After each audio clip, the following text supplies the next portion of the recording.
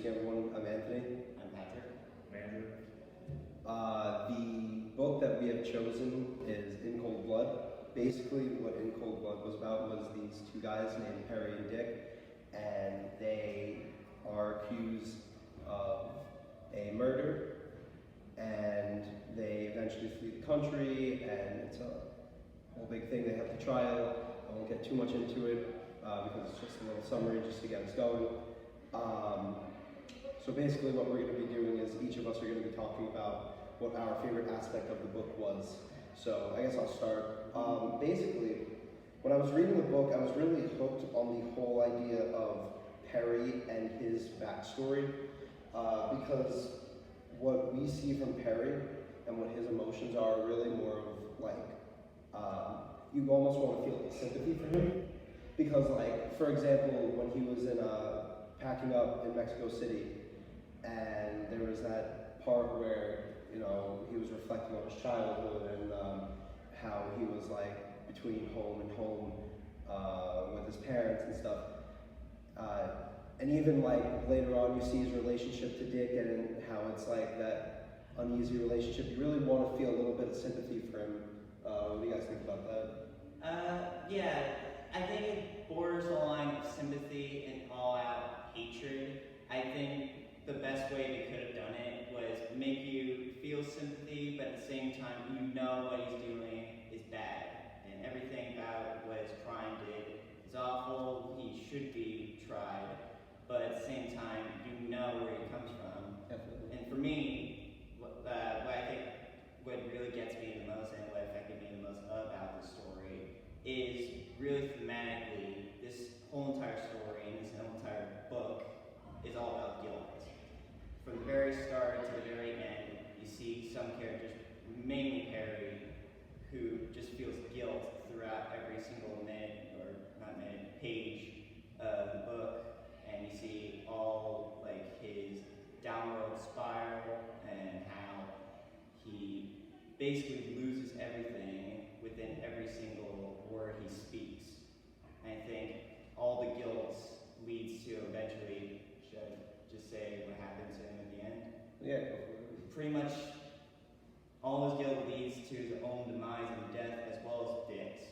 Right. And his grief is kind of where I feel the most affection throughout the entire book and what kept me hooked throughout the entire read-through. Bella, anything to add on I that? totally agree with both of you. I think throughout the book, the author's description and the way he describes the character's feelings and what happens in the different pages and scenes through the book helps you really get hooked onto the mystery, and it really wants you to read to the end to figure out what happens.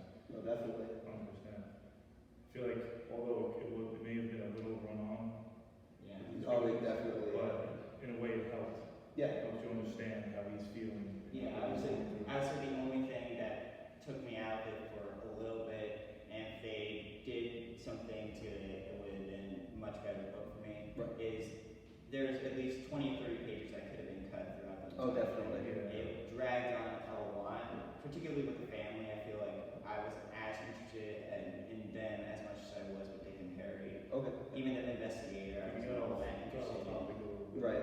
Yeah. Yeah, we had a discussion about this book off camera, and we basically talked about just that. That was our one big critique.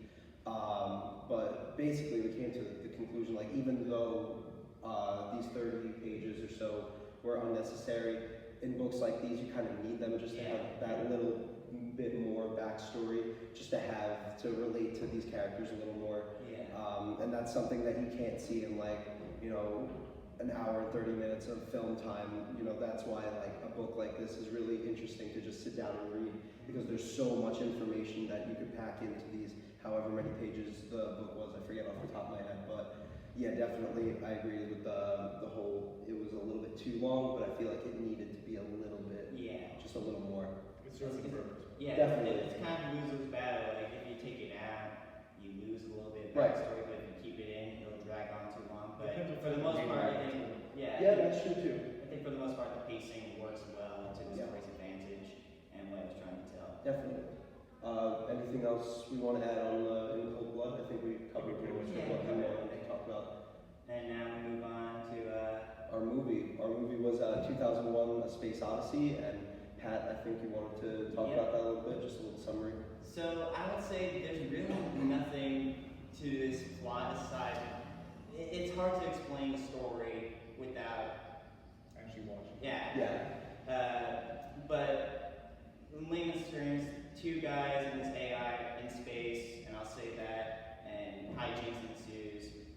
What I really think, I think this honestly for me, if I'm talking on an emotional level, one of my top 10 favorite movies of all Oh, time. of course, yes. One, like, I definitely. would never call many films perfect for me, but this film and many others that I consider perfect, this one is definitely part of that.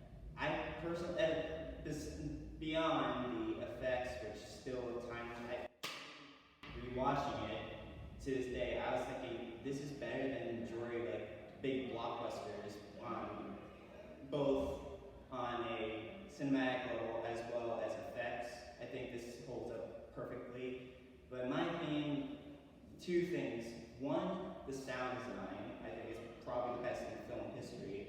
And this is one of the only films where I'd say the sound design puts me in a trance. It makes me want, like, in a good way, put me to sleep. Like, it almost I'd seems say like, that, okay. it almost seems like you want to fall asleep because the sound design is just too hypnotic.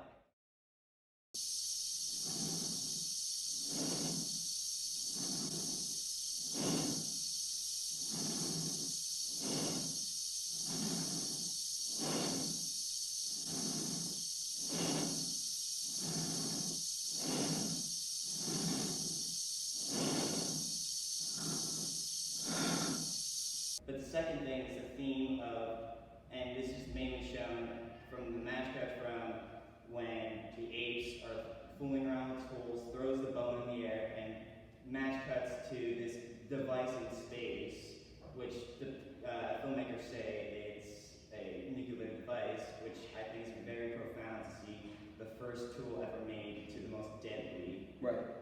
For those of you who don't know what exactly Pat was talking about, the movie 2001: A Space Odyssey is split into 4 parts.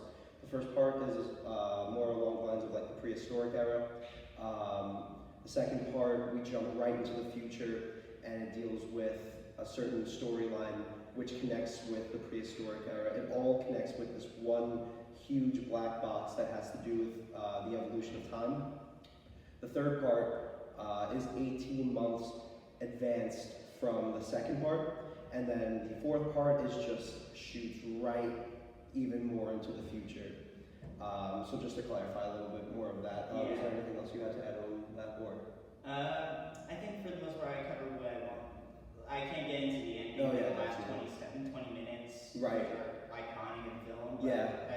Very long. It's a very long movie, but I think the pacing really is perfect for this type of film. Oh, definitely. What Kubrick was trying to get across, and he's one director I respect entirely for films like this and The Shining, where he would make an image and make you think about that image, painting, what you think about the painting, and it just makes you feel very, Totally, yeah. very strange. when you Right. think about Oh it. yeah, definitely. Val, you have anything on this? No, like always, I've always been a fan of like sci-fi, Right. space adventure movie types like Star Wars, all those movies. So it's really, I never watched it before this, so it was really, really good to watch. Like he said, it's one of my top 10 favorite movies now. Yeah, I also agree. It's definitely maybe even my top 5. It was Yeah. a really great movie. I'd have to say though, my favorite aspect of the entire 2001: Space Odyssey is the overall character of Hal. Yeah. Because what I thought about most with Hal is I questioned whether or not he was actually the villain, because throughout, like the third part is really where Hal takes up the most screen time. He basically is what would you say? He's like watching over the ship, really. There were 6 guys on the ship going to Jupiter, Yeah. and Hal is like the computer watching over them. So the software that Hal is like programmed with, it's apparently like perfect. There's never been like a flaw with anything, which makes the people on the ship they start to question him a little bit and they start to doubt Hal. And this makes Hal feel as if they're holding them back from like their actual mission. So in essence, a little bit of a spoiler, but Hal basically kills off 5 of them and leaves one of the people on the ship, who eventually will shut down him, but that's a whole nother thing. Yeah. The reason why I mentioned Hal is that, you don't really know if he's the villain, right? Maybe he's the hero. Maybe he's the one who wants to keep this mission to Jupiter going, even though the guys on the ship really don't know what they're going for yet. Hal, do you read me? Do you read me, Hal? Affirmative, Dave. I read you. Open the pod bay doors, Hal. I'm sorry, Dave. I'm afraid I can't do that. What's the problem? I think you know what the problem is just as well as I do. What are you talking about, Hal? This mission is too important for me to allow you to jeopardize it. I don't know what you're talking about, Hal. I know that you and Frank were planning to disconnect me, and I'm afraid that's something I cannot allow to happen. But yeah, that was the one thing that really got me the whole time. But besides that, the whole movie is just a complete masterpiece. Like you said, all like the music and the score and everything, it was just perfectly executed. Even for a movie during its time, like to have those visuals is just, especially during the last 20 minutes of the movie, just beautiful visuals. Like, I don't know how they can make an acid trip look that great. No, like definitely. A lot of the visuals that we saw in this movie, like Pat said, you don't even see in like blockbuster films today, like taking risks like that. Just an amazing movie. Yeah, besides that, I don't know if there's really anything else to say on 2001. I think if you really want to learn more about this movie, like you have to go see it. Like it's something that like you need to see to believe. Right. You said in the beginning, there's no way to describe it. Yeah, there's really no way to like perfectly describe it. Even for me personally, like I was very confused going into this, like with the whole black box and everything. Yeah, like right. There's no explanation or anything for it. So, me being like very confused, you really just need to go see it. Pat, did you want to? I think the only thing you need to know is that I think you probably would want to watch this more and more to Right. get more information. Because I'll say this, my first time watching this, I didn't like it. I was kind of confused. This is years ago. I first watched it with my dad. He's not a fan of it, but it confused me. But as I watched it years and years, and now this summer, I still think it's probably up there to being maybe part of my top 5 favorite films of all time. Definitely. Yeah, I think that's about it for 2001. Yeah, I think we're pretty much good here. We also watched The Godfather, but as most of the people in the class are already doing The Godfather, that's why we picked 2001 Space Odyssey, since we all watched it. Yeah. But besides that, the summer assignment, I would say, was a really amazing one to be a part of, with In Cold Blood and 2001 Space Odyssey. With that, I think we're just about done. So thank you for tuning in, Mr. Hewitt. Thank you. And we'll see you around.